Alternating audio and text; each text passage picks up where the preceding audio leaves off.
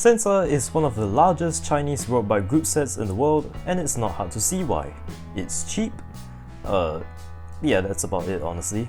But in today's video, we'll be going through their group set hierarchy and comparing their prices and weights to Shimano. I just want to make it clear that these are road bike group sets, and I'll only be using the shifters and derailleurs as Sensah doesn't make full group sets. I also won't be using Shimano Tourney and Sensah R7 as I can't find much data on them. Excluding the Shimano Tourney and Sensah R7, let's start off with the lowest tier, the 8-speed Shimano Claris R2000 and the Sensah Reflex. The Sensah Reflex comes in at 778 grams for the shifters and the derailleurs and costs $77 US. Quite impressive. Meanwhile, the Shimano Claris comes in at 912 grams and costs $110 US. So pretty heavy, but not too bad.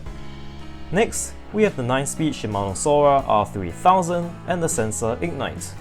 The Sensah comes in at 778 grams and costs $78 US, which, if you notice, is exactly the same as the 2x8 Sensah Reflex, so that's rather interesting. Onto the Shimano Sora, and it's 847 grams and costs $150 US. So, the Shimano components are actually twice the price of the Sensah ones, which is a common theme that you will see later on. Now for 10-speed, Shimano has the Tiagra R4700 and Sensah has the Phi. The Sensah Phi comes in at 815 grams and costs $94 US. Meanwhile, the Shimano Tiagra weighs 870 grams and costs a whopping $205 US. Moving on to the ever so popular 11-speed, and we have the Shimano 105 R7000, the Ultegra R8000, and the Sensah Empire. Now if you want a detailed breakdown of the Sensah Empire versus Shimano 105 and SRAM Rival, check out this video here. Shimano 105 comes in at 805 grams and costs $260 US. Meanwhile, the Sensah Empire comes in at 740 grams and costs $110 US. Now we all know that Sensah Empire is gonna cost less than Shimano Ultegra, but just for the fun of it, let's see if it's gonna be lighter than it.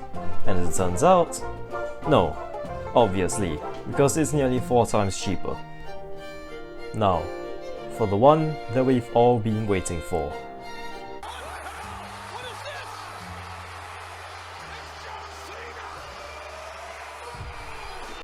In the left corner, weighing 593 grams and coming in at $935 US, the Shimano Dura-Ace 9100.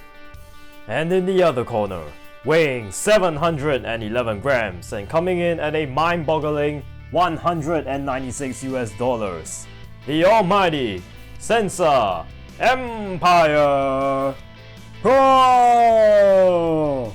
If you're wondering why I didn't use Shimano Dura-Ace Di2, it's because number 1, it's electronic, number 2, it costs like, I don't know, $1 million, number 3, what's the fun in that? But yeah, unfortunately, Sensah just can't beat Shimano, which does make me a little bit sad. The Dura-Ace just can't be beaten. It's too good. Or is it?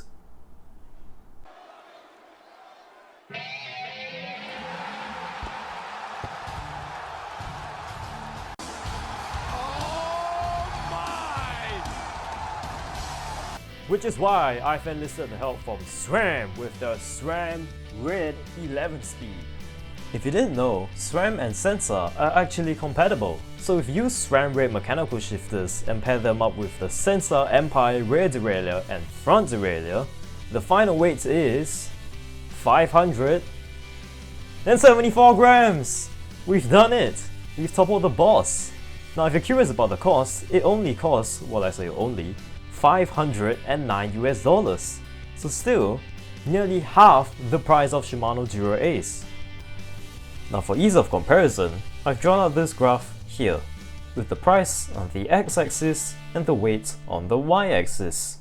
And you can clearly see that Sensah are absolutely whooping Shimano when it comes to both price and weight. So in that case, you should buy Sensah instead of Shimano, right? Or should you?